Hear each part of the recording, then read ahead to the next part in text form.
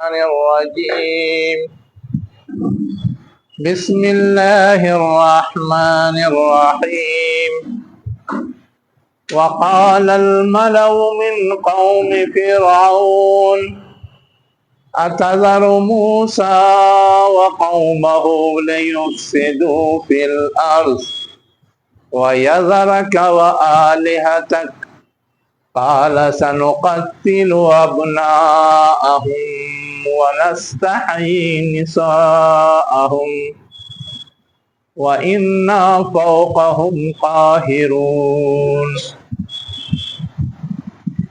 شروع اللہ کے نام سے جو انتہائی مہربان ہمیشہ رحم فرمانے والا ہے۔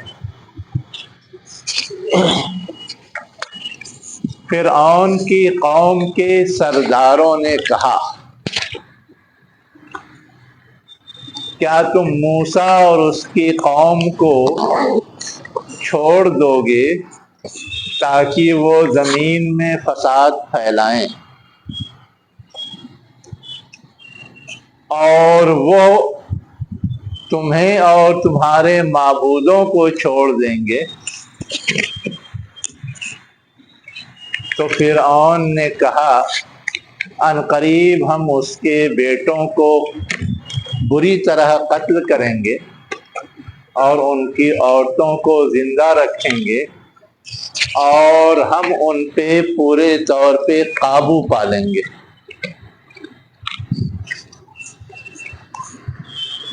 اس سے پہلے جو تفصیل چل رہی تھی وہ یہ تھا کہ نبی موسیٰ علیہ السلام نے جو اپنی نبوت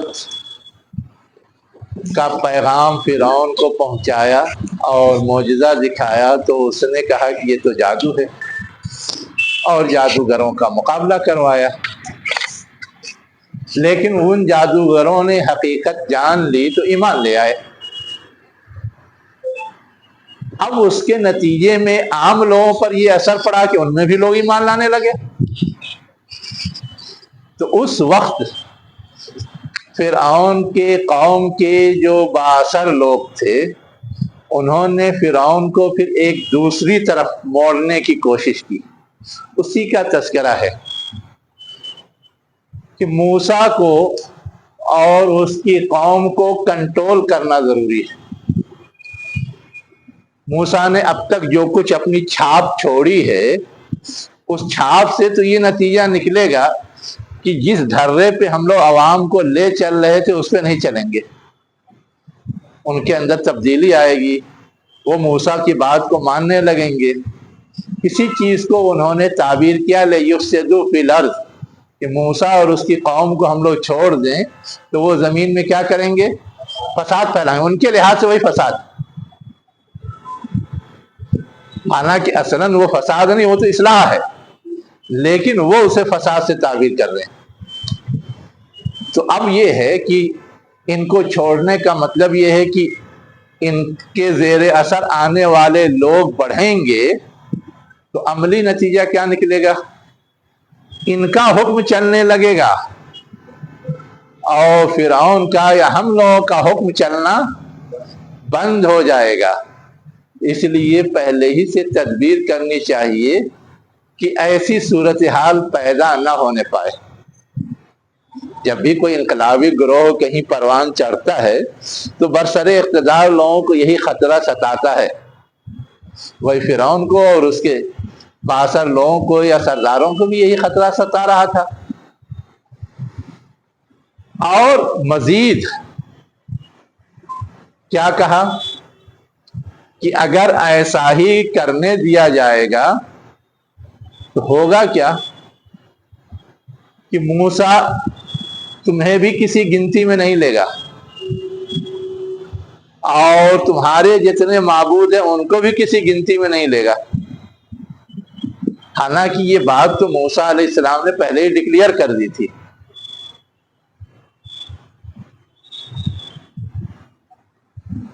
اور یہ بھی ڈکلیئر کر دیا تھا کہ کوئی بھی اللہ کے علاوہ جسے معبود بنایا جاتا ہے ہم کسی کو تسلیم نہیں کرتے۔ لیکن انہوں نے اس کے باوجود کہا ہوا یذرکا، اور تم کو چھوڑ دے گا. کیا اس سے پہلے مان رہے تھے کیا وہ آلہتک، اور تیرے معبودوں کو چھوڑ دے گا؟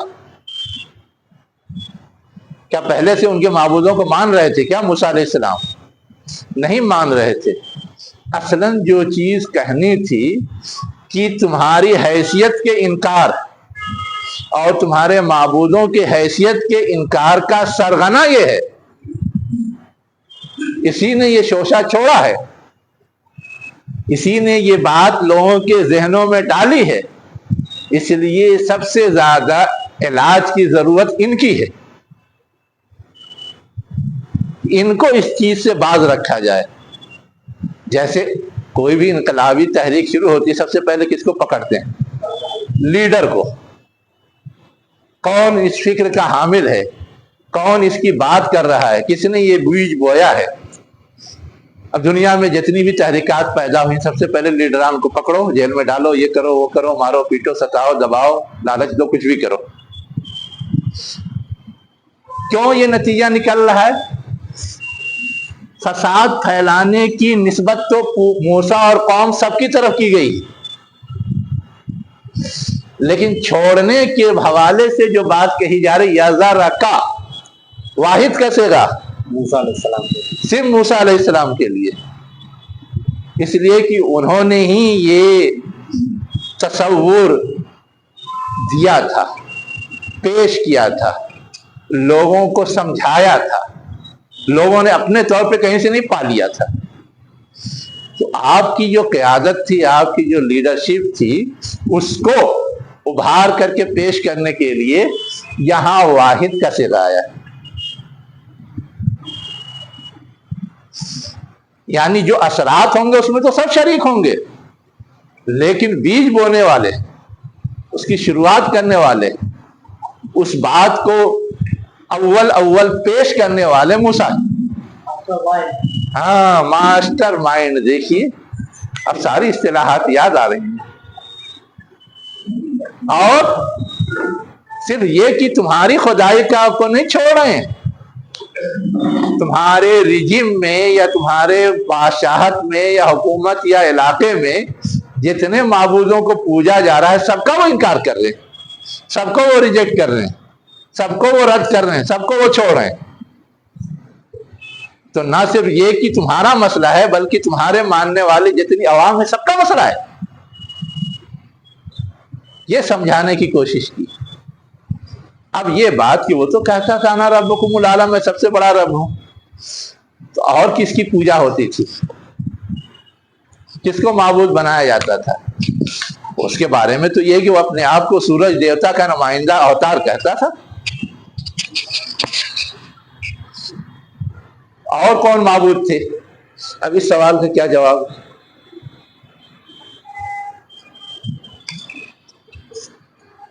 اب اس سوال کا جواب دینے کے لیے ہمارے علماء نے بہت ساری باتیں من سے کہہ ڈالی،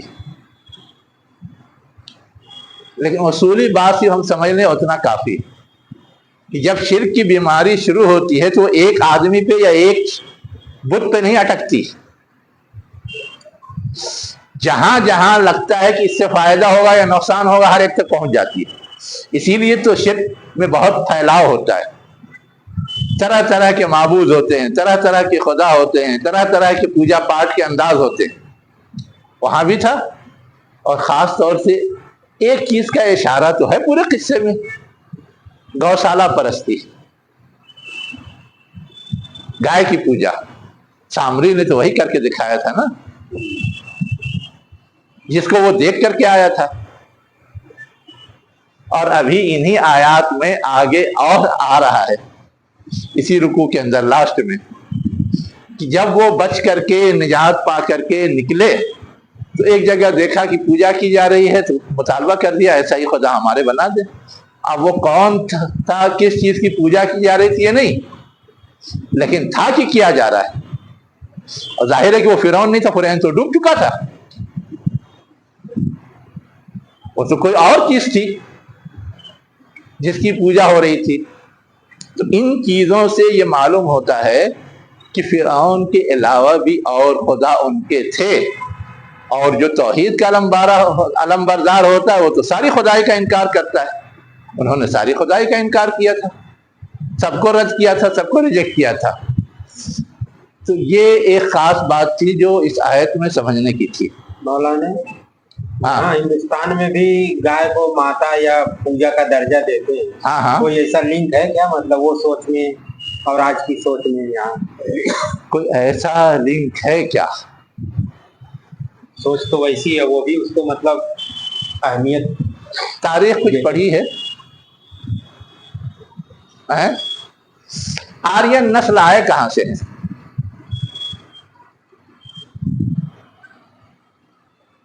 پر ہم لوگ کا تعلق آرین نسلی سے ہے نا، آئے کہاں سے؟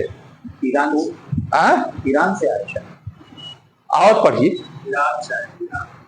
اور پڑھیے، مصر سے بھی، اور پڑھیے۔ جب آپ پڑھیں گے تو آپ کو معلوم ہوگا کہ ان کا نسلی سلسلہ کہاں جا کے ملتا ہے اور ان کے نسل میں کب کب کیا ہوا ہے۔ آپ کو مل جائے گا کہ گوشالہ پرستی اس وقت بھی تھی۔ یوسف علیہ السلام کے ٹائم میں بھی بت پرستی تو ان کے دور میں بھی تھی، بالکل تھی۔ بت پرستی تو آدم علیہ السلام کے بعد شروع ہو گئی تھی، تب سے ہمیشہ ہے، کوئی دور ایسا نہیں گزرا کہ نہیں رہی بت پرستی، کوئی دور ایسا نہیں گزرا، اس لیے کہ دنیا دار امتحان وہ کشمکش کے لیے تو رہے گی۔ جو چیز ہم کو سمجھنی تھی وہ یہ کہ جیسے یہاں گائے کی پرستش ہوتی ہے ویسے ہی ان کے یہاں بھی تھی، بالکل تھی، اور ان کا سلسلہ نسب وہاں سے جا کر کے ملتا ہے، اس میں بھی کوئی دو رائے نہیں، ٹھیک ہے۔ بلکہ بعض لوگ تو کہتے ہیں کہ ان کے ہاں جو برہما اونچی ذات ہے وہ ابراہیم علیہ السلام کی نسل سے جا کر کے ملتے ہیں، ہے نا، اور اسی نسبت کی وجہ سے بگڑتے بگڑتے یہ ابراہیم سے برہما بن گیا ہے، یہ بھی کہنے والے لوگ ہیں۔ لیکن ظاہر ہے کہ یہ ساری باتیں قیاسی ہیں، تاریخ اتنی محفوظ پہلے نہیں ہوا کرتی تھی کہ اس کو بنیاد بنا کر کے بالکل فیکٹ کی شکل میں پیش کیا جا سکے، حقیقت کی شکل میں پیش کیا جا سکے، اس لیے اس کو اسی درجے میں رکھ کر کے ایک حد تک سمجھا جا سکتا ہے۔ یہ بھی اپنے دھرم کو بہت پرانا بناتے ہیں، سناتن دھرم کہتے ہیں کہ سب سے پرانا دھرم یہی ہے، اسی مناسبت سے کہتے ہیں سب۔ سینٹرل ایشیا سے آئے تھے 4000 سال پہلے، ایسا ہوتا ہے۔ سینٹرل ایشیا میں صرف مصر آتا ہے،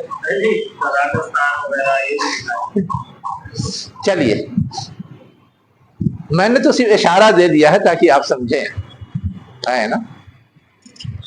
رہ گئی یہ بات کہ جہاں تک پرستش کا تعلق ہے، بتوں کی پرستش کا، ہے نا، اس کے بارے میں آپ جب اور تحقیق کریں گے تو آپ کو ملے گا کہ کچھ بیسک چیزیں جس سے انسان کا واسطہ ہمیشہ رہا ہے، جیسے سورج ہے، چاند ہے، ایسے جانور جن سے انسان فائدہ اٹھاتا رہا ہے، چاہے وہ گائے ہو، چاہے وہ بیل ہو، چاہے اور اس طرح کے جانور ہوں، ان کی افادیت کے پیش نظر ان کی پوجا تو کرتے رہے، یہ ملے گا پوری تاریخ میں۔ تو یہ کوئی بہت نئی چیز نہیں، اور ان کے یہاں بھی اسی طرح سے وہ چیز پائی جاتی ہے، ایسا نہیں کہ صرف گوشالہ پرستی ہی پائی جاتی، اور بھی بہت ساری چیزیں پائی جاتی۔ گوشالہ پرستی کے حوالے سے ایک چیز اور جب چھڑ ہی گیا ہے تو سن لیجیے، گوشالہ پرستی کی گوتم بدھ نے مخالفت کی تھی،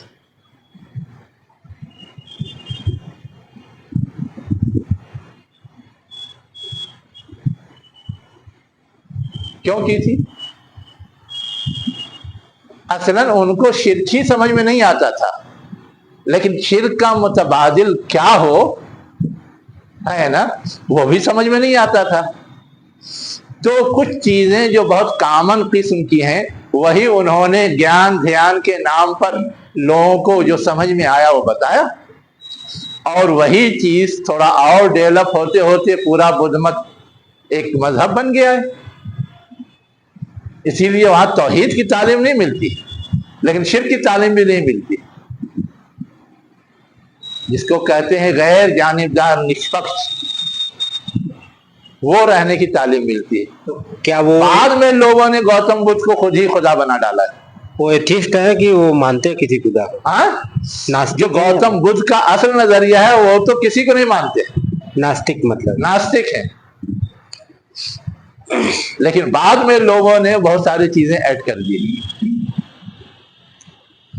चलिए, तो जब ये खतरा सरदारों ने पेश किया तो हल क्या पेश किया? फिरौन ने कहा कि हम इनके बेटों को मरवा देंगे। जब इनके बेटों को मरवा देंगे तो कोई इस आवाज को लेकर के उठने वाला और फैलाने वाला नहीं रहेगा, हम कंट्रोल कर लेंगे। रही इनकी औरतें तो उनको रखेंगे, इसलिए कि हमें तो खिदमतगारों की जरूरत है। और ऐसी पोजीशन में पहुंचा देंगे कि वो सर ना उठा सके। इन्ना फौकहुम काहिरून, हम उनके ऊपर क्या होंगे? जबर करने वाले, कहर करने वाले, अपनी हर बात मनवा लेने वाले। तो सिर्फ बेटों को क्यों आया? मर्द तो जवान बूढ़े भी रहे। नहीं, असल में जो चीज समझने की है कि जो नस्ल बूढ़ी हो गई उससे कोई खतरा नहीं रह जाता है, जवान भी तो जो नई नस्ल होती है उसी से खतरा होता है ना। अब जो वर्किंग है उनको चेंज करना आसान नहीं होता, लेकिन बच्चों को दबाना, कुचलना, खत्म करना आसान होता है। इसलिए शुरुआत वहां से होती है। ये जितने खिलाड़ी हैं क्या करते हैं? नस्ल ही न बढ़ने पाए, फैमिली प्लानिंग एडवांस तरीका ये है ना। और जो लोग हैं उसमें और किसी को बहुत ज्यादा हम नहीं छेड़ेंगे, लेकिन नौजवानों को जेल में डाल डाल करके, ताज़ीब पहुंचा करके, जहनी बिगाड़ में मुब्तला करके बर्बाद करेंगे, जो आज चल रहा है, ताकि कोई इस पहलू से कुछ करने वाला ना रह जाए। लेकिन उसी में अल्लाह ताला पैदा करता रहता है। उन्होंने तो कोशिश की थी, मूसा अलैहिस्सलाम भी ना रहने पाए, लेकिन उन्हीं के घर में उनकी परवरिश होगी, ये अल्लाह का इंतजाम है। तो एक कोशिश वो हुई थी। अब दोबारा ये कहने का मतलब क्या था कि हम उस कोशिश में कामयाब हो गए थे। ये मूसा वो मूसा नहीं है जिनका डर दिलाया गया था। वैसे ही दोबारा हम ये मुहिम चलाएंगे तो हम कामयाब हो जाएंगे, इसकी कुछ चले उलेगी नहीं। तो ये गोया सेकंड टाइम ऑर्डर है, फर्स्ट टाइम ऑर्डर नहीं है। फर्स्ट टाइम तो वो था बचपन में, जिसके खौफ से माँ ने दरिया में डाल दिया था, और उस वक्त फिरौन दूसरा था जिसका नाम रामसीस था। और अभी जब वो नबूवत का पैगाम लेके पहुंचे हैं, उस वक्त जो फिरौन मौजूद था वो उसका बेटा था, उसका नाम मिनफताह था। क्या था? मिनफताह। तो ये गोया मिनफताह का कौल है, वही बाप दादा के तजर्बे को वो भी आजमा रहा है।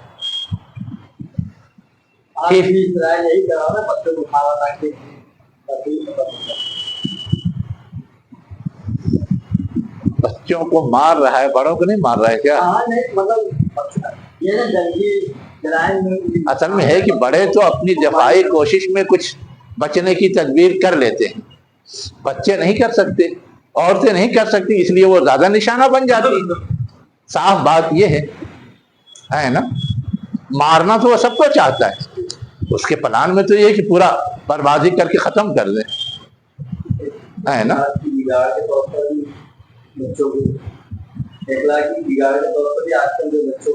हाँ हाँ, वो तो मैंने बताया, इशारा दिया ना।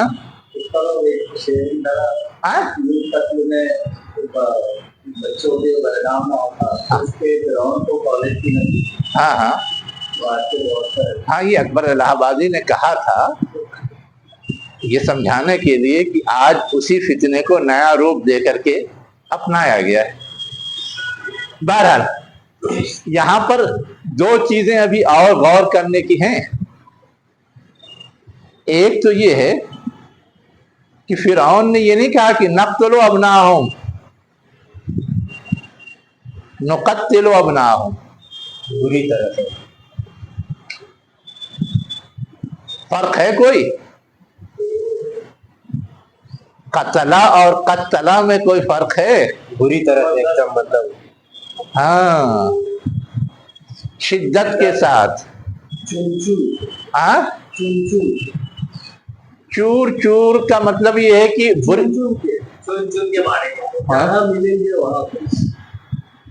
بری طرح ہے نا.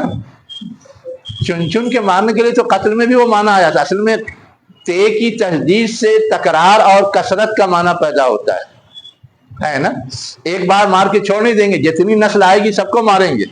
وہ ایک سلسلہ ہے، ایک پالیسی ہے جو چلے گی، ہے نا. اور دوسری یہ کہ ایسا ماریں گے کہ وہ سلامت نہ رہ سکے، لا محالہ وہ ختم ہو جائے. یہ مفہوم پیدا کرنے کے لیے یقتلو کے بجائے یقتلو یا نقتلو آیا ہے. جیسے آج کل کیا جاتا ہے نا، پوری کی پوری نئی نسل کو تباہ و برباد کرنے کے لیے کوئی بھی اس میں بچنے نہ پائے، سلامت نہیں رہنے پائے. ایک ایک کو چن چن کر کے مستقل ایسی سزا دینا، ایسی تدبیر کرنا کہ وہ کچھ کرنے کے لائق نہ رہ جائے. آج بھی ہے. آپ کو شاید اندازہ نہیں، جن لوگوں کو جیلوں میں ڈالا جاتا ہے ان کو ایسا سلو پوائزن دیا جاتا ہے کہ وہ بعد میں کسی کام کے لائق نہ رہے.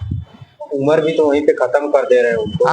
جوانی میں ڈالتے ہیں، بڑھاپے میں چھوڑتے ہیں. ایک تو یہ کہ چھوڑتے ہیں، لیکن یہ ڈر ان کو رہتا ہے کہ عدالت نے کبھی کہہ دیا پہلے چھوڑنا ہے. اس کی تدبیر یہ کہ ان کو سلو پوائزن کھلاؤ، الزام بھی نہیں آئے گا. لمبی مدت تک رہ کے مریں گے تو بھی کوئی الزام نہیں آئے گا. چاہے جیل ہی میں مرے، چاہے نکل کر کے مرے تو بھی کوئی الزام نہیں آئے گا. تو یہ پورا کھیل ہوتا ہے جیسے شاید ہے نا. اور بھی بہت سارے لوگوں کے ساتھ ہوا ہے یا ہو رہا ہے. میں صرف سمجھنے کے لیے مثال دے رہا تھا کہ بری طرح قتل کرنے کا مطلب یہ اس طرح کی جو چیزیں ہوتی ہیں. وہ ایک دوسری چیز جو اس میں اور سمجھنے کی ہے نا، کہ عموماً نستحیی نساءہم کے حوالے سے یہ مفہوم بیان کیا جاتا ہے کہ ان کی عورتوں کو زندہ رکھتے ہیں تاکہ خدمت لیں. کیا کریں؟ خدمت لیں. لیکن ایک اور مفہوم بعض مفسرین نے لکھا ہے، عورتوں کی سب سے قیمتی چیز کیا ہے؟ ان کی عصمت اور حیا. ایک عزت دار آدمی اپنی جان دینے کو تیار ہو جاتا ہے، لیکن اپنی بیوی یا اپنی بیٹی کی عصمت کو برباد ہوتے ہوئے دیکھنا گوارا نہیں کرتا. تو یہ گویا ذلیل کرنے کی ایک تدبیر ہے، رسوا کرنے کی ایک تدبیر ہے. بعض لوگ اس کا ترجمہ کہتے ہیں تاکہ ان کی عورتوں کی حیا کو ہم چاہیں، حاصل کر کے اسے داغدار بنائیں، اسے خراب کریں، اسے آلودہ کریں، اسے برباد کریں. اور یہ بھی ایک پالیسی ہوتی ہے. جیسے آج کل ہم آپ دیکھ رہے ہیں خاص طور سے مسلم لڑکیوں کو کیوں نشانہ بنایا جا رہا ہے؟ اس لیے کہ یہ چیز آسانی سے ہضم نہیں ہوگی، اس کا رد عمل ہوگا، اس کے خلاف کچھ نہ کچھ آواز اٹھے گی. لیکن ان کے اگلی نسل کو ذہنی طور پہ ٹارچر کر کے دبا کے رکھنے کے لیے یہ اس سے زیادہ کارگر تدبیر ہے. تو ایک مفہوم یہ بھی بیان کیا جاتا ہے جو پریکٹیکل تاریخ کے مختلف دور میں بھی نظر آتا ہے اور آج بھی ہمیں اور آپ کو نظر آ رہا ہے. اب آگے کیا کہا جا رہا ہے؟ قال موسیٰ لقومہ، موسیٰ نے اپنی قوم سے کہا یہ مشکل کی گھڑی ہے، استعینوا باللہ، اللہ سے مدد چاہو. اس لیے کہ آزمائش پھر آ رہی ہے. वस्बिरु, और सब्र करो। इन्नल अर्ज़ा लिल्लाहि यूरिसुहा मन यशाउ मिन इबादिही, अल्लाह ताला अपने बंदों में से जिसे चाहता है जमीन का वारिस बनाता है। आज जमीन पे कंट्रोल फिरौन और उसके हामियों को है, लेकिन अगर तुम अल्लाह से मदद चाहोगे, हक पर साबित कदमी का सबूत दोगे, तो अल्लाह तुमको भी वारिस बना सकता है। इसलिए कि अल्लाह के यहाँ एक उसूल काम करता है। उसूल क्या है? वल आक़िबतु लिल मुत्तक़ीन, जो तक़वा वाले हैं, अल्लाह से डरने वाले हैं, अल्लाह की इताअत और फरमाबरदारी करने वाले हैं, अंजाम उनका होता है। आखिरकार गलबा या कामयाबी या सुरखरुई उनके हाथ आती है। लेकिन अल्लाह से ताल्लुक जोड़े रहने पर और इस्तिकामत का सबूत देने पर अगर इन दो चीज़ों का मुजाहरा ना किया जाए तो फिर अल्लाह ताला की ताईद और नुसरत हासिल नहीं होती, तो सुरखरुई और कामयाबी भी हासिल नहीं होती। ये समझाया गया। तो ये मूसा अलैहिस्सलाम ने बनी इसराइल को समझाया। अब बनी इसराइल ने समझने के बजाय क्या किया? उल्टा इल्जाम धर दिया मूसा अलैहिस्सलाम ही पर, जो अगली आयत में बयान किया गया। क्या? कालू, उन्होंने कहा, ओज़ीना मिन क़ब्ल अन तातीना, हमें तकलीफ पहुंचाई जाती थी इससे पहले कि तुम हमारे पास आए थे। व मिन बाद मा जितना, और उसके बाद भी तकलीफ पहुंचाई जा रही जब तुम आए हो। यानी तुम्हारे आने से पहले भी हम परेशानी में थे, आने के बाद भी परेशानी में थे, तुम्हारे आने से तो कोई फायदा नहीं हुआ। जैसे हम लोग सारा दोष किसके कंधे पे डालते हैं? अपने कायदीन के। पहले भी इन कायदीन ने कोई रोल प्ले नहीं किया और आज भी नहीं कर रहे। ये कभी हम दामन में झांक के नहीं देखते कि हमें भी कोई रोल प्ले करना है या नहीं करना है। सारा इल्जाम उधर धर के मुतमईन हो जाते हैं, वही किया उन्होंने। जैसे बिगड़ी कौम बनी इसराइल थी, चाहे नाम लेती थी अल्लाह का, अल्लाह पे ईमान रखती थी, वैसे ही तो आज की कौम है। नाम लेती है अल्लाह का, अल्लाह पे ईमान रखती है, लेकिन है बिगड़ी। तो वही सोचने का अंदाज और वही इल्जाम वही बिल्कुल सेम है जी। बहुत टाइम बाद कहा कौम को कि ये आजमाइश की घड़ी है, अल्लाह से मदद चाहो और कम करो। हाँ, ये नुस्खा जो है आज फिट होता है? आज भी फिट होता है, बिल्कुल। आज भी हर मुसलमान के लिए यही नुस्खा है कि उसकी खातिर अगर कभी कोई आजमाइश आती है, अपने दीन की हिफाजत के खातिर, दीन पर चलने के खातिर, ईमान पर कायम रहने के खातिर, तो वो इस्तिकामत का सबूत दे, सब्र का मुजाहरा करे और अल्लाह से मदद चाहे। अल्लाह ताला कोई ना कोई राह पैदा कर देगा। आज भी वही नुस्खा है, वही तो समझाया जा रहा है। और ये समझाया किसको जा रहा है? आप गौर कीजिए, सूरह आराफ हम लोग पढ़ रहे हैं ना जी। सूरह आराफ के बारे में पढ़ा है कि ये मक्के की आखिरी दौर की सूरह है, आखिरी दौर में नाजिल हुई थी। और आखिरी दौर में सहाबाए किराम और रसूलुल्लाह सल्लल्लाहु अलैहि वसल्लम कितना सताए जा रहे थे कि अब वजूद के लाले पड़ रहे थे। पहली तदबीर तो उन्होंने की थी शेब अबी तालिब में बाइकाट करके, लेकिन जब वो खत्म हुआ तो अब इन सबको रास्ते से हटाने के लिए तरह तरह की तदबीरें हो रही थी। तभी तो हिजरत की इजाजत दे दी गई और लोग हिजरत करने लगे। अल्लाह के रसूल से पहले बहुत सारे सहाबा हिजरत कर चुके थे। अल्लाह के रसूल को तो रोका गया था कि तुम्हें यहां रहना जरूरी है ताकि लोगों के लिए तुम एक तरह का सपोर्ट बने रहो। जब वक्त आएगा तो खुद बताया जाएगा कि तुम्हें कब निकलना है। जब आपको हुक्म आ गया तो आपने क्या कहते हैं निकलने का फैसला किया। और अबू बकर रज़ी अल्लाह अन्हु को आपने रोक के रखा था, वरना वो भी पहले निकलने वाले थे। तो है सीरत की किताबों में, तारीख में। और जब आ गया तो जाकर के बाज़ाब्ता अबू बकर रज़ी अल्लाह अन्हु के घर आपने उनको बताया कि देखो हिजरत का परवाना आ गया, अब निकलना है। इस संगीन सूरत-ए-हाल में ये हिदायत और ये बातें की जा रही हैं, वही समझाने के लिए। जी हाँ हाँ, ये आज के दौर में सब्र का मानी ये है कि खामोश रह के मतलब एक तरह बैठ जाना है। सब्र इसको नाम को दिया है कि सब्र वो होता है कि जैसा हालात के तय आपने इकदाम उठाया, फिर जो हालात आप पर आ रहे हैं उस पर सब्र करना है। क्या मतलब सब्र के मानी है खामोशी इख्तियार करके कुछ नहीं करना, क्योंकि इसका कॉन्सेप्ट आजकल बहुत चेंज हो गया है। जब सब्र करो मतलब कुछ मत बोलो, कुछ नहीं करने का नाम, अल्लाह के जिक्र अस्कार में लगे रहो, ऐसा मानो। अच्छा, क्या आप समझते हैं कि आप जिक्र अस्कार में लगे रहेंगे तो आपको जिक्र करने देंगे? आप तो आज भूल चुके हैं कि हमें ये काम इस मुल्क में करना है कि यहाँ की मौजूदा जो नज़्म ममलकत है या निज़ाम हुकूमत है उसको चेंज करना है। आप भूल चुके हैं। इतना ही कर रहे हैं कि हमें नमाज पढ़ना है, रोजा रखना है, हज करना है, ज़कात देना है, इतना ही कर रहे हैं। लेकिन उसके बावजूद आप हजम हो रहे हैं। ये बात तो कोई भी करने वाला आज नहीं है कि हमें इस निज़ाम हुकूमत को जो बातिल है उसकी जगह अल्लाह इलाही निज़ाम लाना है। कोई बात करने वाला नहीं।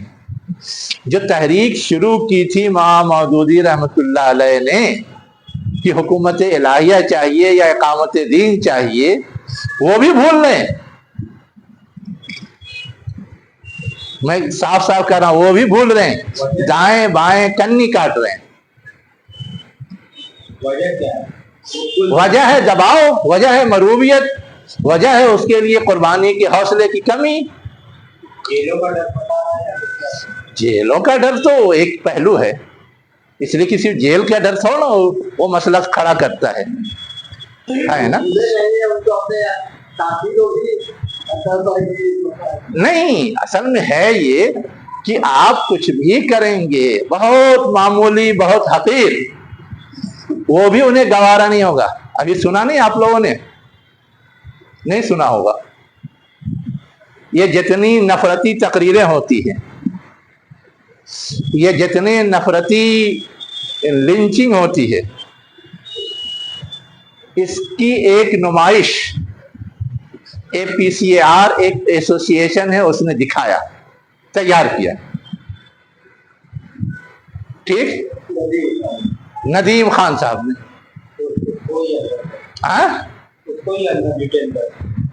डिटेन करने की कोशिश जारी है ना। सिर्फ इस दिखाने पर यह इल्जाम लगा करके कि ऐसा करने से लोगों में तफरीक और नफरत और क्या कहते हैं भेदभाव पैदा होगा, आप मुजरिम हैं। जिसने वो हेट स्पीच दी वो मुजरिम नहीं है, जिसने मॉब लिंचिंग की वो मुजरिम नहीं है, लेकिन जो लोगों को उससे बचने की तदबीर सिखा रहा है, उससे तहफ़्फ़ुज़ की राहें सुझा रहा है, उनके जान के तहफ़्फ़ुज़ के लिए एक लड़ाई लड़ रहा है, बेदारी ला रहा है, वो सबसे बड़ा खतरा बन गया। और सिर्फ इस नुमाइश दिखाने के वो बेस बना करके उनकी गिरफ्तारी के लिए उनकी ऑफिस में पहुंच गए। इत्तेफाक से वो मौजूद नहीं थे, तो कल होकर के सुबह फिर पहुंच गए।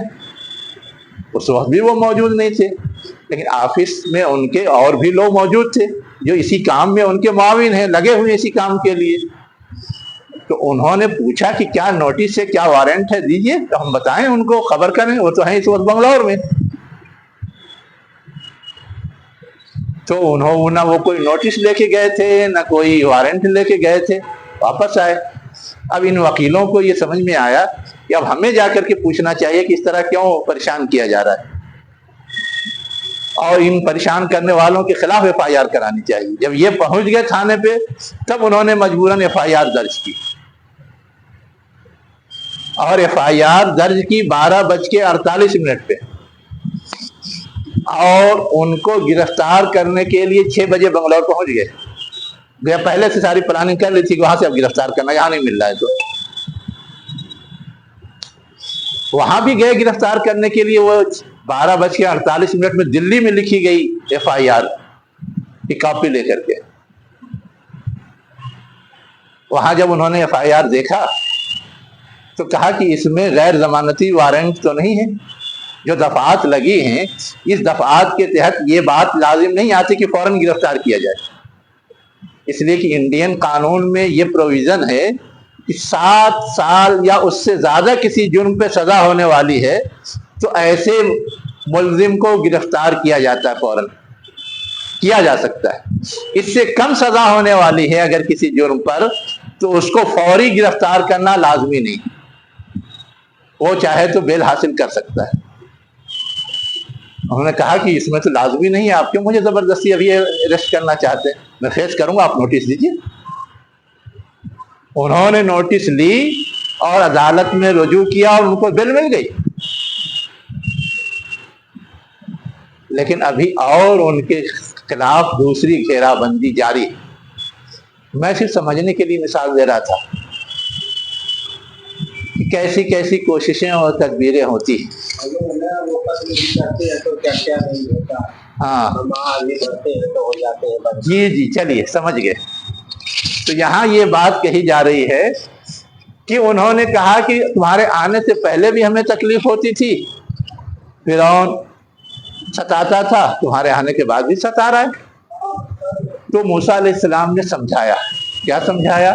عَسَىٰ رَبُّكُمْ أَن يُهْلِكَ عَدُوَّكُمْ، توقع ہے، امید ہے کہ تمہارا رب تمہارے دشمن کو ہلاک کر دے گا. کیوں یہ توقع ہے؟ اس لیے کہ نبی آ جاتا ہے تو آخری فیصلہ ہوتا ہے. جب تک نبی نہیں آیا تب تک تو معاملہ چلتا رہتا ہے، لیکن نبی آنے کے بعد تو 2-2-4 کی طرح دو ٹوک فیصلہ ہوتا ہے. مانو تو ٹھیک، نہیں مانو تو بھگتو. اسی کو کہا امید ہے کہ اللہ تعالیٰ تمہارے دشمن کو ہلاک کر دے گا. وَيَسْتَخْلِفَكُمْ فِي الْأَرْضِ، اور تم کو اس کی جانشینی دے دے گا، تم کو خلیفہ بنا دے گا زمین میں، تم گویا غالب آ جاؤ گے. فَيَنْظُرَ كَيْفَ تَعْمَلُونَ، لیکن غالب آنے کا یہ مطلب نہیں کہ کھیل تماشا شروع کر دو. تمہیں بھی سنبھل کے زندگی گزارنی ہوگی. اللہ تعالیٰ چیک کرے گا تم کو بھی کہ تم کیسے عمل کا مظاہرہ کرتے ہو، کیا کارکردگی دکھاتے ہو، تم کیسا عمل کرتے. اسی کو کہا فَيَنْظُرَ كَيْفَ تَعْمَلُونَ، پس وہ دیکھے گا، نظر رکھے گا کیف تعملون، تم کیسا کرتے ہو. اس کا تعلق تو اوپر سے ہوگا نا، کس سے؟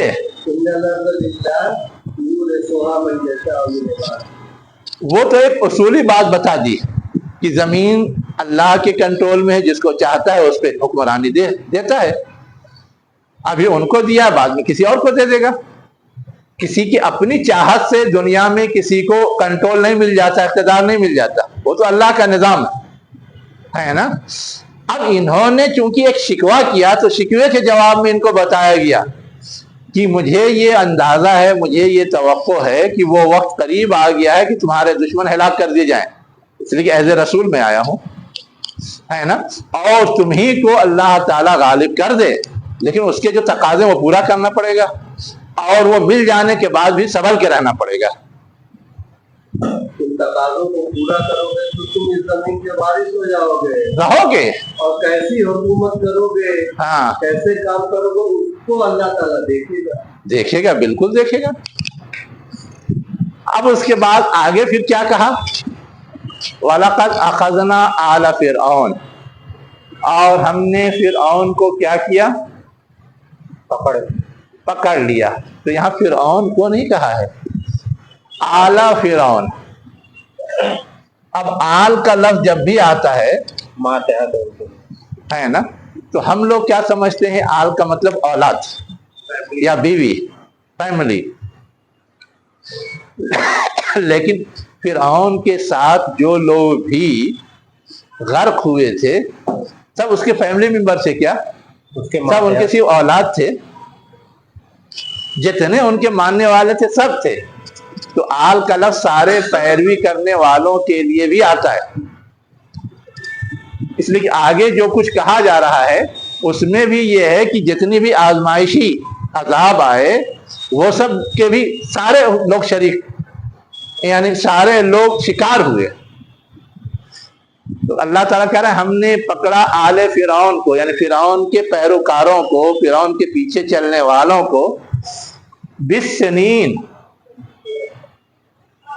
سالوں کے ذریعے.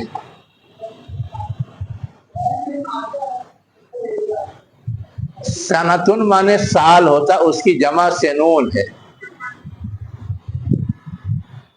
عربی میں سنتن مانے کیا ہوتا ہے؟ سال، اس کی جمع سنین. وہی بے حرف جر کے ساتھ آ گیا ہے تو سنین ہو گیا ہے، سالوں کے ذریعے. یہ اس کا لفظی ترجمہ ہے، لیکن اس سے کچھ سمجھ میں نہیں آئے گا.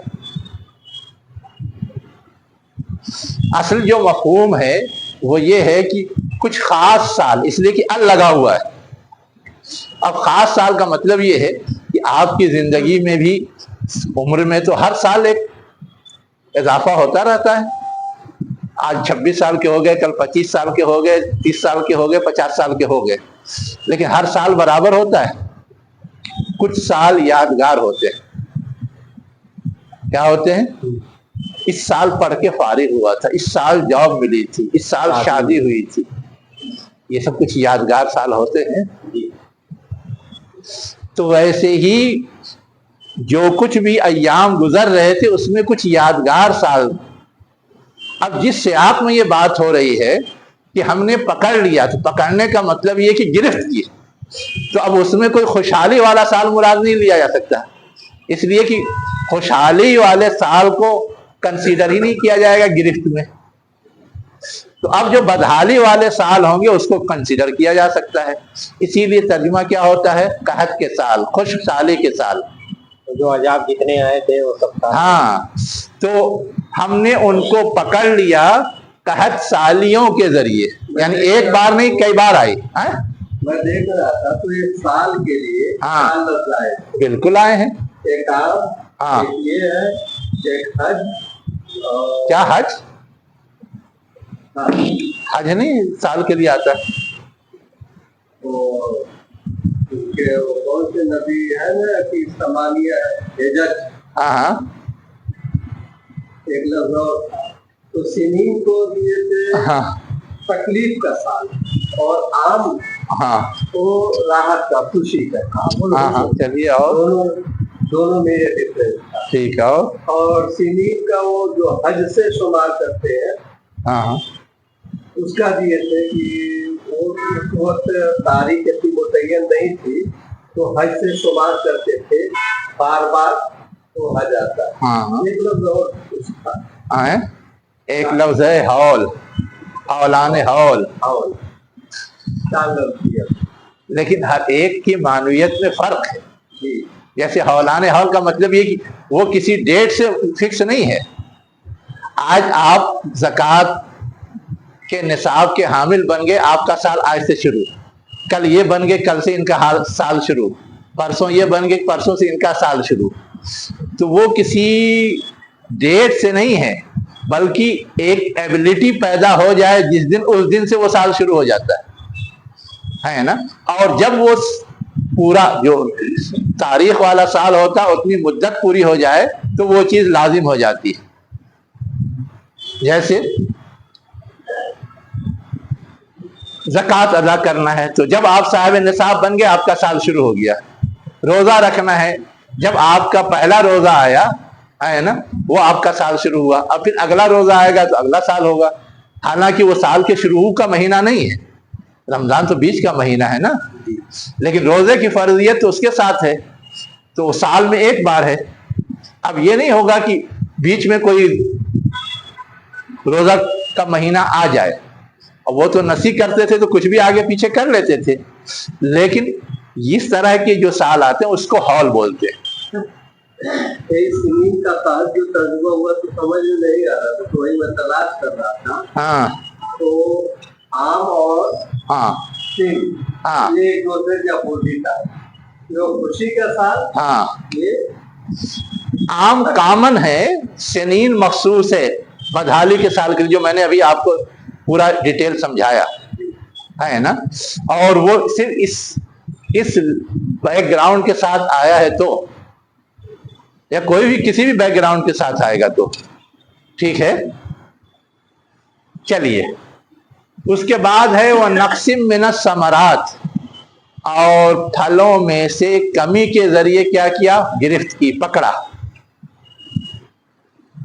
अब कहत साली में अमूमन गल्ले का मफहूम लिया जाता है, और नक्सिम मिनस समरात में फल फ्रूट जो होते हैं उनका मफहूम लिया जाता है।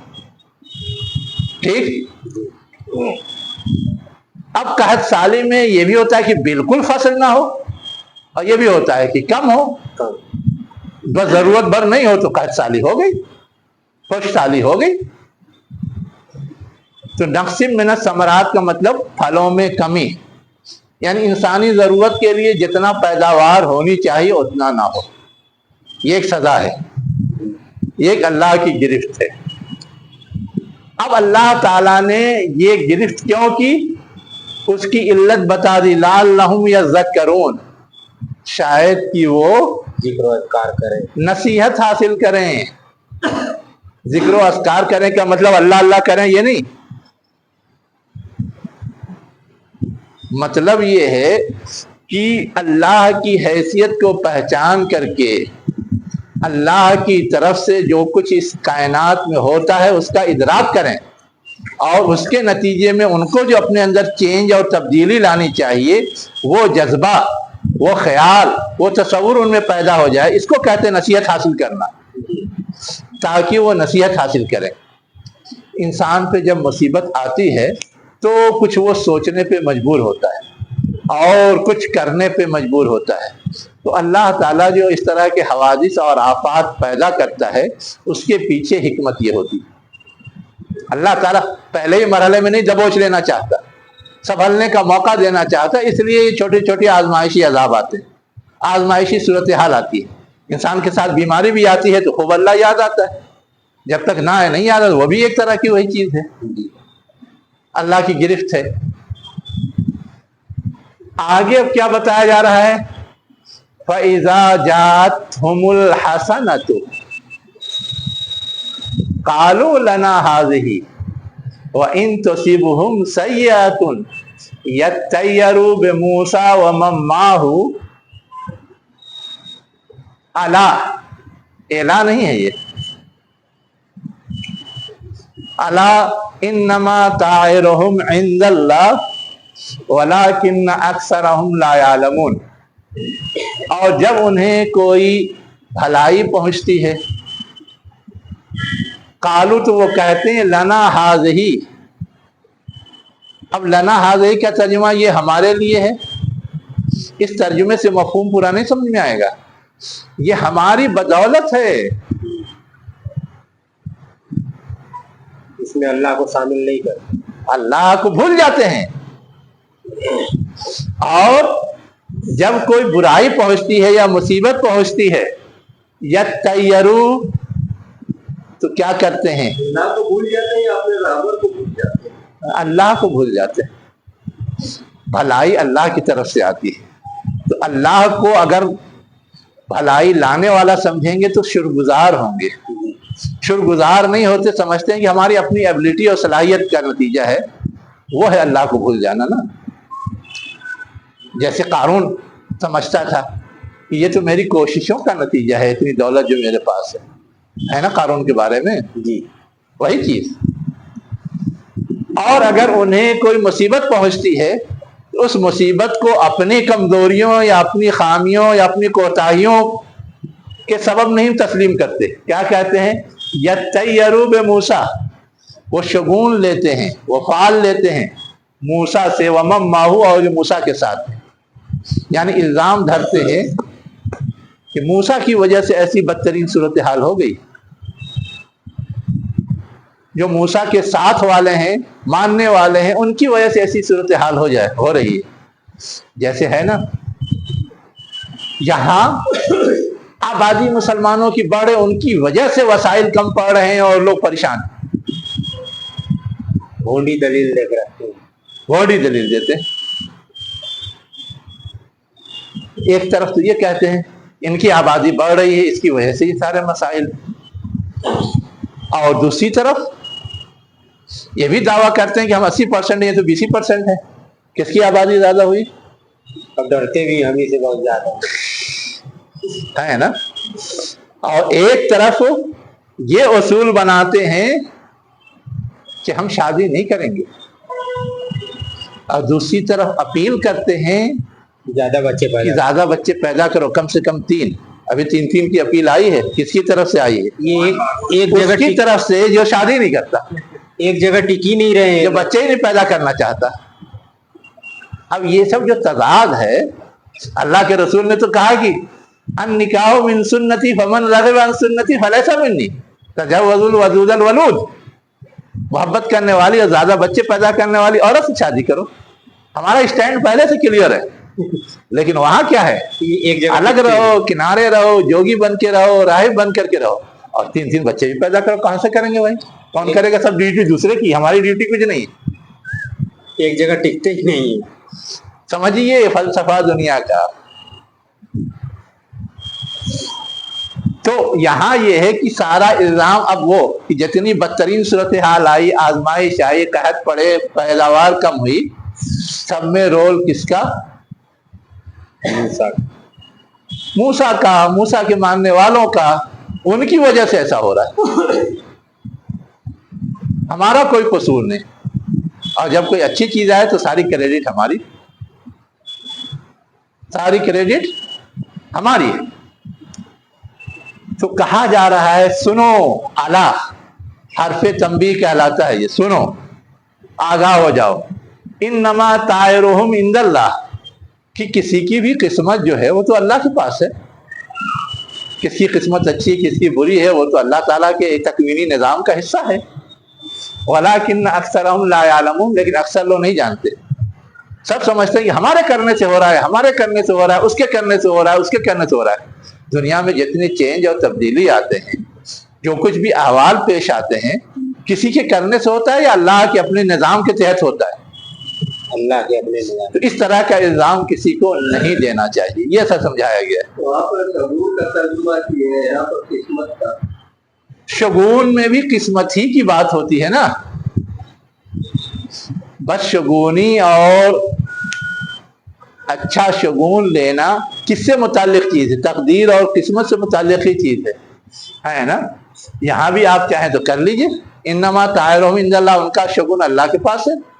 तर्जुमा ये भी हो जाएगा, लेकिन आपको समझ में नहीं आएगा, इसलिए मैंने वो तर्जुमा किया है। नहीं समझ में आया तो कभी तो पूछा कि आप तर्जुमा किए तो समझ में आ गया। हाँ, वो तफसीर जो तर्जुमा थी वो समझ नहीं आ रहा। वो है असल चीज। वलाकिन अक्सरहुम ला यालमून, लेकिन उनमें से अक्सर। हुम जो आ रहा है तायरुहुम, हाँ हाँ, इसमें मूसा के साथ जो लोग हैं वो जो उनके मुखालिफ है, सब सारे इंसान, की बात है। सबकी बात कॉमन, ठीक है ना। देखो ये जितने ज़मीर लौटते हैं ना, इनके कुछ उसूल हैं, और कहाँ कहाँ किसकी तरफ लौट रहा है, हमारे उलमा ने वो खिदमत भी अंजाम दी। एक किताब लिख डाली ज़माइरुल कुरान, है ना। कुरान में जहाँ जहाँ ज़मीर आई है उस ज़मीर का मर्जा क्या है उसको बयान किया है। 600 सफ़े की किताब ज़माइरुल कुरान, देखना हो तो मेरी लाइब्रेरी में है। ये कब की लिखी हुई किताब होगी? लिखी हुई तो बहुत पहले की है, अरबी में। उर्दू तर्जमा हुआ है अभी 40 साल 45 साल पहले, तो वो छप गई है और यहाँ दस्तयाब है हिंदुस्तान में, है। अब इस वक्त रेट वेट नहीं याद है, मैंने बहुत पहले लिया था, है ना। अभी का रेट पे पता लगाना पड़ेगा, लेकिन मैंने तो जब आई तभी ले लिया, तो मेरे काम की चीज थी, मैं तो धीरे धीरे जमा करता रहता हूँ। ज़माइरुल कुरान, तो वहां सब मिल जाएगा कि कहाँ क्यों लौट रहा है, उसकी दलील क्या है, दोनों चीजें लिखते हैं। वलाकिन अक्सरहुम ला यालमून, उनमें से अक्सर इसको नहीं जानते। अब आगे क्या कहा जा रहा है? वकालू महमा तातिना बिही मिन आयतिन लितसहरना बिहा फमा नहनु लका बिमुमिनीन। इतने ही पे बस नहीं किया, किसी इल्जाम धर दिया। उन्होंने कहा महमा तातिना बिही मिन आयतिन, कोई भी निशानी तुम हमारे पास लाओगे, है ना, ताकि तुम हमें नजरबंद कर दो या हमारे साथ जादू का मुजाहरा करो, फमा नहनु लका बिमुमिनीन, लेकिन हम उस पर यकीन करने वाले नहीं, ईमान लाने वाले नहीं। पहले से एक फ्रेम वर्क जहन का बना हुआ है, उस फ्रेम वर्क की पे जमे रहेंगे, उसके अलावा और कोई चीज कबूल नहीं करेंगे। इनके भी दिल में खिलाफ पड़ गए। जाहिर है हमने और आपने उसूल तो पढ़ा है ना कि एक हालत पे अगर मुस्तकिल बाकी रहे, है ना, तो वो चीज धीरे धीरे पुख्ता और मजबूत हो जाती है ना। और जब वो चीज मजबूत हो जाती है तो फिर वो जल्दी बदलती नहीं। जैसे कुरान में आया है, क्या है कि हमने लोगों को खुशहाली दी, फताला अलैहिमुल अमद, बस उन पर मुद्दत तवील हो गई। उसके बाद क्या हुआ, वो ये समझने लगे कि अब यही हालत हमेशा रहेगी, और फिर शरारत शुरू कर दी, फिस्क में मुब्तला हो गए। कौमों में बिगाड़ ऐसे आता है, कौमों में बिगाड़ ऐसे हालात, और जिनकी इस तरह की सूरत हाल नहीं पेश आती उनके यहाँ बिगाड़ ज्यादा नहीं पैदा होता। लेकिन जहाँ ये है कि एक कंडीशन तवील मुद्दत तक रह गई तो उनके यहाँ बिगाड़ पैदा है। तो कौमों का उरूज ज़वाल क्यों होता है? सऊदी अरब में भी आज देखा जाए तो वैसे आप पूरी इंसानी तारीख में कौमों के उरूज ज़वाल के पे गौर कीजिए, आपको समझ में आएगा कि एक कौम मेहनत करती है, कुर्बानी देती है, गालिब आ जाती है, खुशहाली आ जाती है, तरक्की होने लगती है। लेकिन अब उसमें वो उस खुशहाली से लुत्फ अंदोज होने में इतना गर्क हो जाते हैं, आगे की जरूरत के लिए कुछ नहीं करते, उसी में मस्त। अब वो कैफियत उनकी क्या होने लगती है, धीरे धीरे ठहरने लगती है। जैसे ठहरा हुआ पानी क्या होता है, गंदा होने लगता है ना, वैसे ही वो ठहरी हुई तरक्की जो है वो बिगड़ने लगती है, फासिद होने लगती है, और फिर फिस्क की, फजूर की दूसरी बीमारियां पैदा होती हैं और ज़वाल शुरू हो जाता है। ये कुरान ने बयान किया है।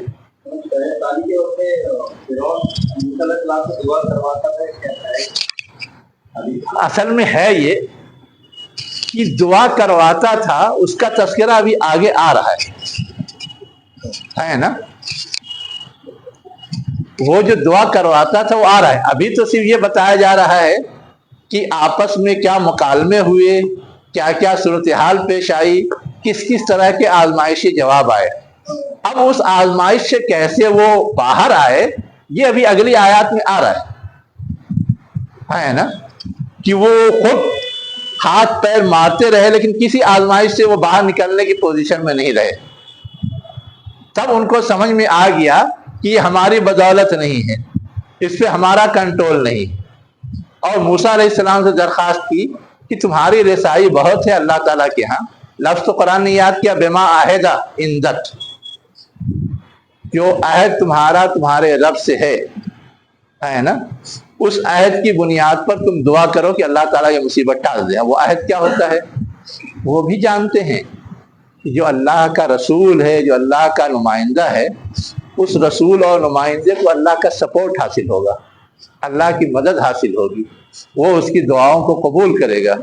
वो खूब समझते हैं, उसका हवाला दे करके दरखास्त किया और ये सारे अजाब टले। वो है आगे अभी। महमा क्या है? वाह वाह,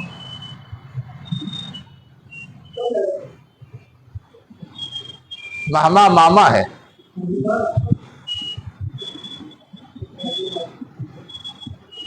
ना।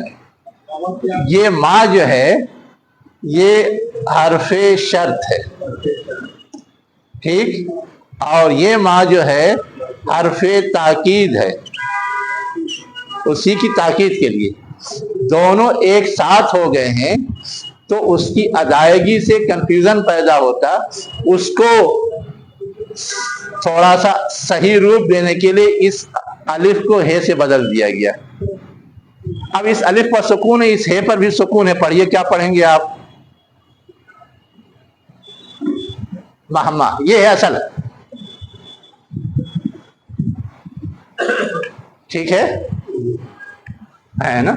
कालो महमा तातीना, अगर तुम हमारे पास लाओगे कोई निशानी ताकि तुम हमें जादू दिखाओ।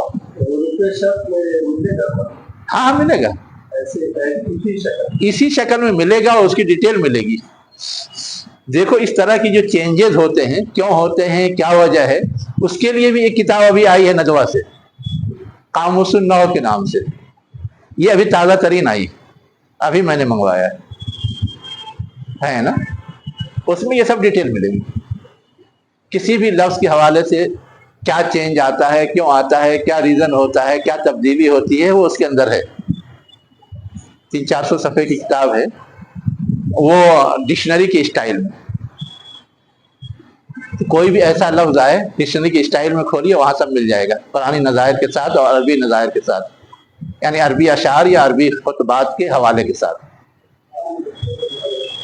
चलिए, तो ये मामा जो है, ये महमा जो है असलन मामा है, ये समझ में आ गया? अगर तुम हमारे पास लाओगे कोई निशानी ताकि तुम हमें जादू दिखाओ तो भी हम मानने वाले नहीं। उसके बाद क्या कहा है? अब अल्लाह ताला कह रहा है कि ये सब तो हो गया, अब हमने अपनी कार्रवाई शुरू की, हमने भेजा उन पर तूफान। अब तूफान का लफ्ज आते हुए तो हमारे जहन में आता है कि बहुत तेज आंधी, हवा या पानी, बारिश। तूफान की इसके अलावा और कोई शक्ल नहीं हो सकती, इसलिए तूफान माने तो होता है चक्कर लगाना, घूमना, तवाफ जैसे कहते हैं, है ना? अब उसको आप समझिए कि तवाफ माने चक्कर लगाना होता है, उसी का ये मसदर है। तवाफ भी मसदर है, ये भी मसदर है। जैसे नक्सुन, कम होना, नुकसान, उसके माने भी कम ही होना है ना? तरजीह देना, राजहा या रजाओ राजून माने तरजीह देना, रुझान, किसी तरफ झुक जाना, तरजीह देना या झुक जाना।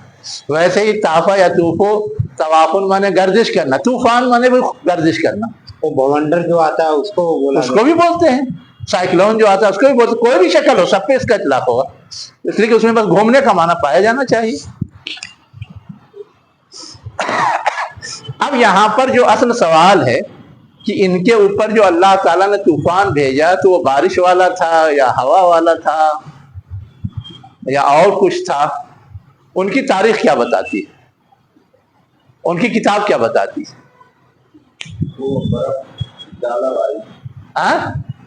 ज़ाला बारिश। चलिए, और ये सब तो अलग अलग राय हैं लोगों की, फिक्स कुछ भी नहीं लिखा हुआ है, तो कयास कर करके लोगों ने बहुत सारी चीजें लिख दी। हमें जो चीज समझनी है वो ये कि ऐसी चीज जो तेज गर्दिश करने वाली थी, जिसमें कि इंसान को नुकसान पहुंचता है, चाहे वो बारिश हो, चाहे वो हवा हो, चाहे वो ज़ाला बारी हो या कुछ भी हो, है ना? दूसरी चीज क्या कहा गया? जराद।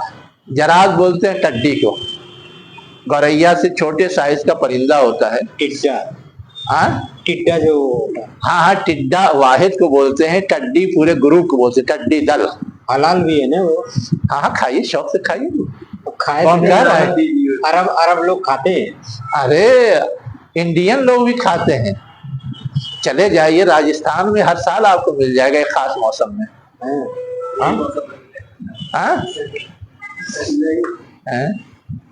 एक खास मौसम है जिसमें वो आते हैं और वहाँ की फसलों को खा भी डालते हैं और फायदा भी पहुंचाते हैं। फायदा क्या पहुंचाते हैं? नस्लों को तो तबाह कर देते हैं, फसलों को तो तबाह करते हैं, समझ नहीं आता। बिल्कुल, फसलों को तबाह करते हैं, उसकी फसल को दबा करके उसका हाँ? जो आता है उसको फायदा। असल में है ये कि हर आबो हवा की अपनी कुछ जरूरत है ना, उस आबो हवा में कुछ खास चीजें ही काम देती। अब आप देखिए, मछली गर्म होता है, सबसे गर्म है ना, जाड़े में क्यों ज्यादा इस्तेमाल करते हैं? इसलिए कि जाड़े में उसकी जरूरत ज्यादा है आपको, अंडा है, मछली है। वैसे ही परिंदों में कबूतर सबसे ज्यादा गर्म होता है। और जो लोग जानते हैं वो जाड़े के मौसम में खास तौर से कबूतर खाने का एहतमाम करते हैं। तो उसके खून को भी फालिज वाले शायद लगाते हैं। अब वो अलग अलग चीजों के लिए वो काम देता है, वो इंसानी तजर्बात में बहुत कुछ सीखा है, मैं सिर्फ समझने के लिए इशारा दे रहा हूं। तो वैसे ही जो रेगिस्तानी माहौल है, उस माहौल के लिए कुछ खास जानवर, खास हिफाजत, जैसे ऊंट है जी, तो वैसे ही परिंदों में टड्डी जो है वो खास है, उन्हीं इलाकों में ज्यादा पाया जाता है और उन्हीं इलाकों में ज्यादा होता है और वहीं के लोग उससे फायदा उठाते हैं। ये चीज वादे में उससे फायदा क्या होता है? हाँ, फायदा क्या होता है? तो वादा है। हाँ, फायदा क्या होता है? लोहा लोहे को काटता है। रेगिस्तानी इलाके अमूमन गर्म होते हैं, ये टड्डी भी बहुत गर्म होता है ना। इसके खाने से जो आपकी जिस्मानी गर्मी है वो एक बैलेंस पोजीशन में आ जाती है, तो वहाँ के लोग एहतमाम से इसका इस्तेमाल करते हैं।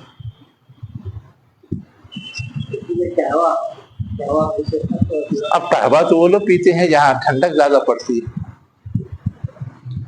ये तो लोगों ने अपना लिया है। अब आजकल जाड़े का मौसम, फिर भी आइसक्रीम खाएंगे, कोल्ड ड्रिंक पियेंगे, ये सब तो बकवास है। आइसक्रीम तो गर्मी की चीज थी ना, कोल्ड ड्रिंक तो गर्मी की चीज थी, लेकिन अब अपना लिया है लोगों ने, तो हर जमाने में चलता है। चाय पी के कोल्ड ड्रिंक है? अब ये सब तो एक उल्टी सीधी हरकत है, लेकिन हर चीज की अपनी एक मुनासिबत होती है। ठीक है। वल कुम्मल, अब कुम्मल का तर्जुमा क्या है? भात भात का। मेढक तर्जुमा है जफाजे का। ज़िफ़दौन माने मेढक होता है, उसकी जमा जफाजे है ना। कुम्मल के माने देखिए, किसी तर्जुमे में मिलेगा खटमल, किसी तर्जुमे में मिलेगा चेचड़ी, किसी तर्जुमे में मिलेगा जूं, किसी तर्जुमे में मिलेगा घुन, किसी तर्जुमे में मिलेगा सुरसुरी। इतना तर्जुमे में अलग अलग अलग अलग। नहीं असल में है ये कि कोई भी चीज जिसको अंदर अंदर जो कीड़ा खा जाता है उसको कुम्मल बोलते हैं। अब ये हर चीज के लिहाज से अलग अलग है। गल्ले को घुन खाता है ना। चेचड़ी जो है वो और दूसरी चीजों को नुकसान पहुंचाता है। उसी तरह सुरसुरी जो है वो लकड़ी वगैरह को या इस कबील की जो चीज होती है उसको खा जाती है। दीमक जिसको बोलते हैं। हाँ, दीमक है ना। दीमक तर्जुमा मेरी नजर से नहीं गुजरा, लेकिन सुरसुरी गुजरा है ना। और इसी तरह मैंने क्या बताया? खटमल। खटमल आपके खून को चूसता है अंदर अंदर, आपको एहसास भी नहीं होता कि उसने चूस लिया खून। सबसे वो खतरनाक तो जब मारते हैं आप और उसका खून नजर आता तब समझते कि इसने चूस लिया, वरना कहीं भी उसने डंक मारा, चूस लिया ना, आपको समझ में आएगा कहाँ पे डंक मारा था और कहाँ से खून निकला है। मगर बहुत लोगों को दाग पड़ जाता है। वो दाग कब पड़ जाती है? जब वो जहरीले होते हैं तब दाग पड़ जाता है। वो भी बात है ना। वो भी उनके हट जाने के बाद, उनके डंक मारते वक्त एहसास होगा आपको किसी चीज ने कुछ चुभोया है, लेकिन जब वो वहां से हट जाएंगे तो उसके असरात फैलेंगे तो लगेगा कि यहाँ दाग पड़ गया वही है कि सांप निकल गया, लकीर है ना। तो वो सिर्फ उस खटमल में होता है जो जहरीले होते हैं।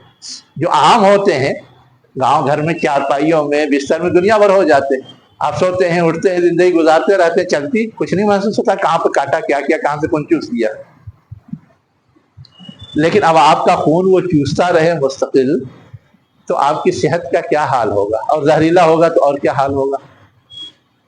आपके वजूद को तहस नहस कर देगा या नहीं कर देगा। तो वही होता है, चाहे घुन भी वही करता है। लकड़ी के कीड़े जो होते हैं, दीमक, वो भी वही करते हैं। कागज के जो दीमक होते हैं वो भी वही करते हैं, सब वही करते हैं। तो असलन कुम्बल का इतलाक उस पर होता है। वह दमा, और दम क्या है, खून। अब इन सारी चीजों को गिनाने के बाद कहा जा रहा है आयातिन, ये सब क्या थी, अल्लाह की तरफ से निशानियां थी। मुफस्सलातिन, अब मुफस्सल माने एक तो होता है खुला खुला तफसीली, सबके नजरों के सामने, सब अपनी आंखों से देख रहे थे। लेकिन एक दूसरा माना है, वो तो फसल माने गैप कर करके। ये जो अजाब आए थे, तंबीही अजाब, एक साथ तो सब नहीं आ गया था, गैप कर करके। तो उनकी किताबों में ये एक हफ्ता रहता था, वो दुआ करवाते थे, उसके बाद वो खत्म हो जाता था, 1 महीने तक आफियत रहती थी, फिर वो शरारत शुरू करते थे, फिर दूसरा अजाब आ जाता था, फिर तीसरा आ जाता था। तो गोया ये अजाब का पीरियड 1 हफ्ते होता था, और उनके लिए दुआ के नतीजे में निजात का पीरियड 1 महीने होता था, और फिर दूसरा अजाब उसके बाद आ जाता था। उस 1 महीने ही में वो भूल जाते थे और सरकशी शुरू कर देते थे। ये उनकी किताब का रिकॉर्ड है, ये कुरान ने बयान करता है। लेकिन समझने के लिए मैं इशारा दे रहा हूं। तो मुफस्सलात में ये मफहूम तो है कि फसल हो, गैप हो, अलग अलग हो, बारी बारी हो, जुदा जुदा हो, जो भी कह लें। तो अल्लाह ताला ने ये सारी निशानियां उन पर क्या की, भेजी, जो अलग अलग वक्तों में आई, अलग अलग मौके पे आई। एक तो ये, या दूसरी कि बिल्कुल वाज़ेह थी, क्लियर थी कि ये निशानी है। ये सारी चीजें तो आम जिंदगी में भी हमें नजर आती है, लेकिन निशानी की शक्ल में जब आई तो वो ज्यादा अजियत दे रही थी। अब खून है, हर जगह खून ही है, मेढक है, हर जगह मेढक ही है, खाने में कूद रहा है, न पीने दे रहा है, न कुछ करने दे रहा है। तो वो समझ में आया कि ये तो आम रूटीन वाला मेढक नहीं है, ये रूटीन वाला खून नहीं है, ये रूटीन वाला टड्डी नहीं है। पूरा पानी जो खून बन गया था क्या? पानी में खून बन जाता था, और वो भी क्या, सिर्फ किप्तियों का, आले फिरौन का, बनी इसराइल का नहीं।